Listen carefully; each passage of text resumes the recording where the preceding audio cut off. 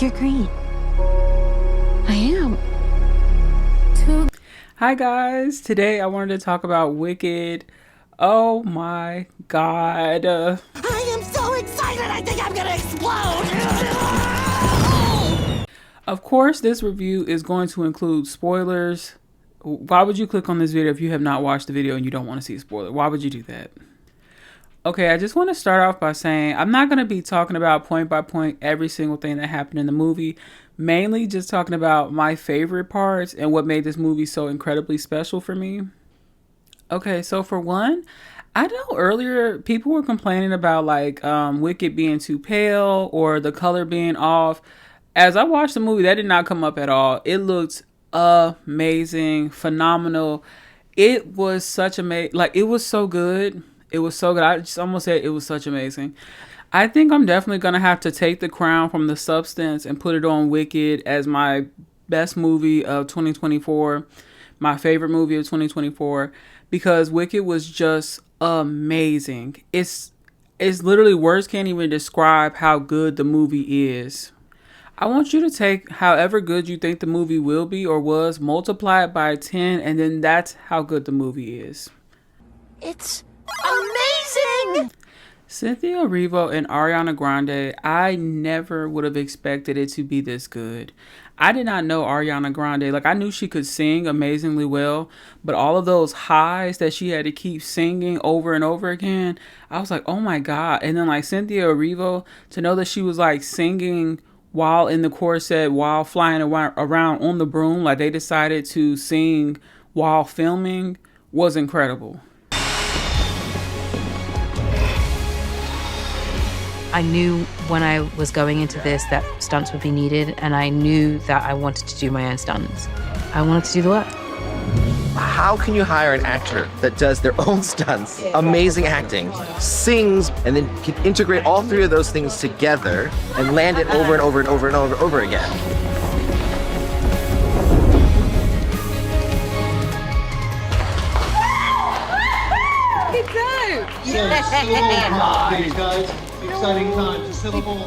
It's a really strange sensation because I have to shift the way I breathe in order to sing.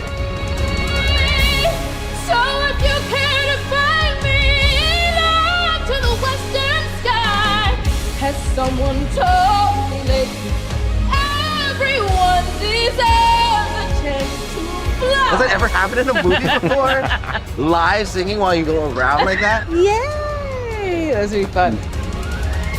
And as for the physical flying of it all, once all is said and done, you're now flying with a corset and a harness and songs. And when it works, it really does feel like magic. In the movie, we even got to see the original Broadway stars from Wicked. They were in there. They had a portion. They did like a song. I thought that was so cute. And then like they went to like Cynthia and Ariana Grande, and that was amazing. So I thought that was super awesome. I loved how Munchkinland, like how those people looked. Did I say that right? Either way, I loved that. I loved how the Emerald City looked. I loved the songs. Like, when I tell you Defying Gravity, I played that song 5 times on the day after I watched Wicked. I cried every single time. The pacing that they did for the song, the way that they lengthened the song out actually by the way that they did it. The scenes of acting that were woven like in between the song. And for that to be the final thing that we see before she goes, when I tell you, it was so powerful. If you watch this, or if you're watching this, you probably already watched Wicked. But as you know, it was so incredibly powerful when she was free falling and she saw that younger version of her. And oh my God, I think I'm going to cry talking about it. Whoa. Oh my God, I literally think I'm about to cry. It was something about like her seeing that younger version of her while she was like free falling, and it like made her determined to grab that broom and to fly. It's almost like as if you're like, I can't give up. Like I can't, you know, that younger version of you can't give up on them. Oh my God, I really think I'm about to cry again. Okay, so I'm trying to like calm myself down or whatever. But yeah, it was just so beautiful. And then like when she was flying, when she was looking at the people and you know what I mean? And when she literally was like, and nobody, like none of y'all, like really just saying, I'm not going to allow any of you to stop me from flying, to stop me from going where I have to go. Like all the bullying that she endured, all the pain that she endured her whole life. And she's not going to let it happen anymore. She's not going to let anybody break her anymore. I also really love the song by Ariana Grande and the choir. I don't know if it's a choir, but No One Mourns the Wicked. I thought that was so good. The way she sings is so amazing. And when she was singing that part, She Died Alone. Oh, that's going to make me cry too. But that was so good as well. I think also with Elphaba, it was just really sad to see that from the time she was born, she just had so much hate from her father or stepfather, probably in this case, over something that she didn't do. Like, I think it was really sad that like she essentially got punished for her mom cheating, so to speak, and she didn't decide to be green. She didn't say, oh, I want to be green, and like that's why she's green. Like that's just who she was born as. And we saw that she just got so much hatred from her stepfather for that. Like even the way he mistreated her, like how he favored her sister Nessa Rose so much more than her. It was just really sad to see that. Gosh, I'm sorry if this is all over the place, but I feel like you know, like when you're talking to somebody and you're like just telling them all your favorite parts and like what you remember, it kind of is everywhere. Because I don't remember it in order, like, and I haven't been able to watch the movie more than once, so it's like, bear with me.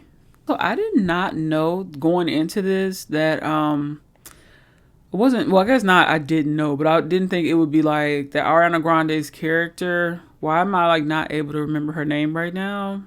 Glenda, there we go.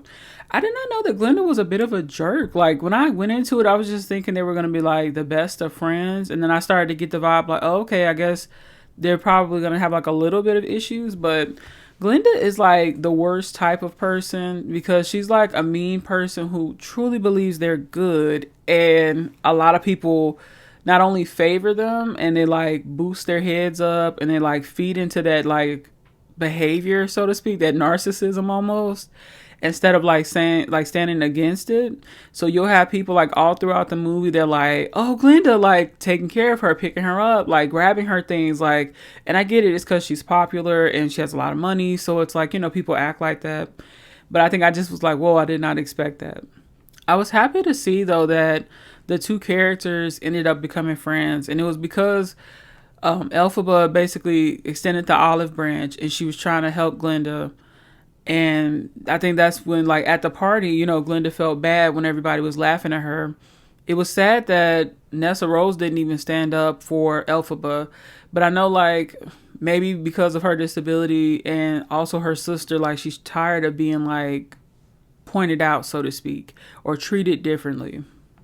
Now, as a sister, I would never allow people to laugh at my sister and mistreat her. That's just me. So I think it was hard to see Nessa Rose just basically not help defend her sister or even try to make her feel better. And she also played a role in making her feel embarrassed, you know what I mean? Or like, you know, why do you have to stay? And like, you know, wanting to be away from her sister, you know, and separated from her. But I understand that maybe she did, you know, and it's a hard way. I feel like the character is complex, right? So all of these characters are really complex and they do a great job at showing different sides. I feel like for Nessa Rose, it may have been hard having a green sister, and maybe she wanted to no longer be Elphaba's sister, you know what I mean? But she wanted to just be Nessa Rose. And so maybe it felt like it kind of ruined it for her, you know, and it is selfish and it is wrong, but it also is human. And I mean, I would not do that. You couldn't laugh at my sister without me trying to knock your teeth out, but that's just me. So Elphaba meeting up with that guy, I cannot remember his name. I think Fierro, something like that. They seem like they had good chemistry. I hope he's not bad in her life, and I hope he's not a bad guy. But also, I think some people were already saying he is, but I'm like, I don't want any spoilers. I don't know anything about the original or the books, anything like that. So I don't even care. I'm gonna find out in the next movie. Also, now I get why Ariana and Cynthia Erivo kept crying in every interview and everything, because if I'm just watching it and I was crying and bawling my eyes out, I can only imagine what doing this acting would do for you. Overall, I was just so happy with all the different facets of the movie. The songs were phenomenal. The acting was great. There was never any scenes that felt like they were too long or that they should have been cut. I just really loved it. It was amazing. I get why they were crying. I get why this was so emotional, because it is emotional. This story is emotional. So yeah, basically I cannot wait for number 2. And I just feel like it's one of those movies that's worth seeing more than once. And they did phenomenal. Everybody on that cast deserves every award that they can get and every great thing that can happen to them. And yeah. Make sure to like, comment, and subscribe, and enjoy the rest of your day. Bye.